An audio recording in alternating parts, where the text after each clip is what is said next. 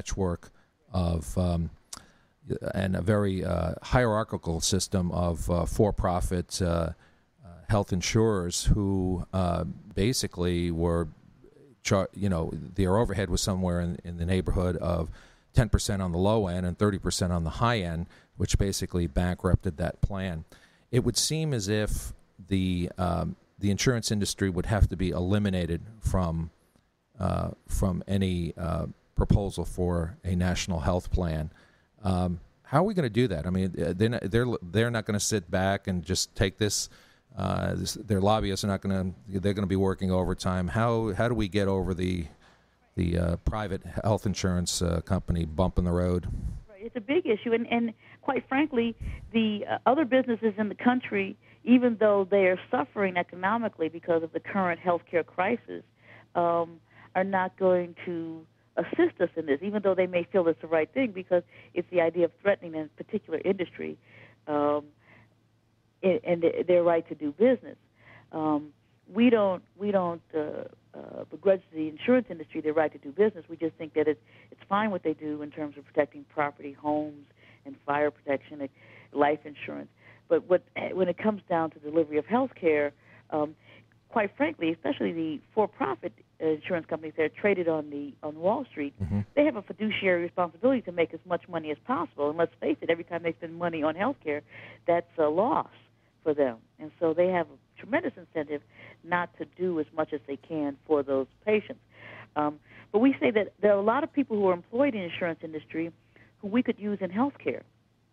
And if we begin providing health care for the 45.7 million who are uninsured in this country, and those are the numbers released by the Census Bureau on Tuesday, then, we need to take nurses who are on the phones for the insurance companies pre-authorizing or pre-certifying admissions to the hospital or procedures and put them at the bedside, because we have a tremendous shortage of nurses in this country. We recognize that the insurance industry employs thousands of people, and as you correctly identified, they're a very powerful lobbying force, and they're probably one of the biggest barriers to getting us to a system that would provide for everyone. But this is an issue of social justice, and they tend, like civil rights, like women's suffrage. Even if you look at our dispute about the war in Vietnam, these issues tend to rise up from grassroots movements. And I think we're on the cusp of such a movement. Dr. Miller, Dr. Fagan, how do you reconcile the fact that if people without insurance still can go to the emergency room and get treatment, and people with insurance may or may not use that facility as much, but you kind of have this semi-socialized, semi-for-profit kind of thing working at the same time? Doesn't that make the system not work very well? The idea that people without insurance go to the emergency room?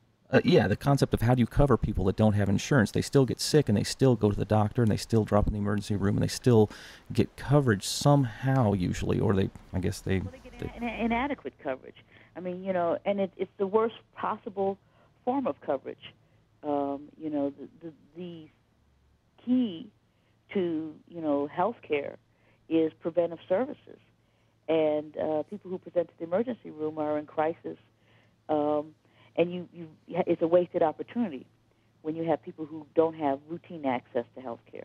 There's another aspect of that, and that often the public doesn't realize, and it's a very sad aspect, and that is that there really are different levels of care that one receives when going either to the hospital or going to the emergency room within the hospital. It's well known, for example, that in some hospitals, Hispanics get a lesser level of care, as hard as that might be to believe, that people working in a hospital would just suddenly do less or work less hard, but yet it appears to be true. Do you agree with that, Dr. Fagan, that there's almost perhaps two tiers of treatment going on? Well, I mean, it certainly can occur, especially if there's a language barrier, but, I think what people have to recognize, emergency rooms are not equipped to deliver continuity of care, and successful medical care requires some continuity and some ongoing intervention. And the other thing is that patients will go to the emergency room, a problem identified, and even a prescription written. But if you don't have the money to fill the prescription, it's been a wasted intervention. Yeah, I'd like to discuss a little bit more the obstacles to universal health care. We've discussed briefly there are financial interests that are opposed to it. Is that correct, Dr. Fagan? Mm-hmm. Now, are there also, is there a deep philosophical belief against the universe? Are we facing that against universal health care? Are there those who are so Darwinian, who just believe in the survival of the fittest, and if you got it, you got it, and if you don't, too bad? Are we facing that at some level as well? Well, I think it's all about, I hear people say, well, we need to have an American system, or or that's socialized medicine, and what we need to talk about, or people need to understand, is we're not talking about basically changing the way in which healthcare is delivered in this country. We're talking about changing the funding structure. Single payer is a financial conduit.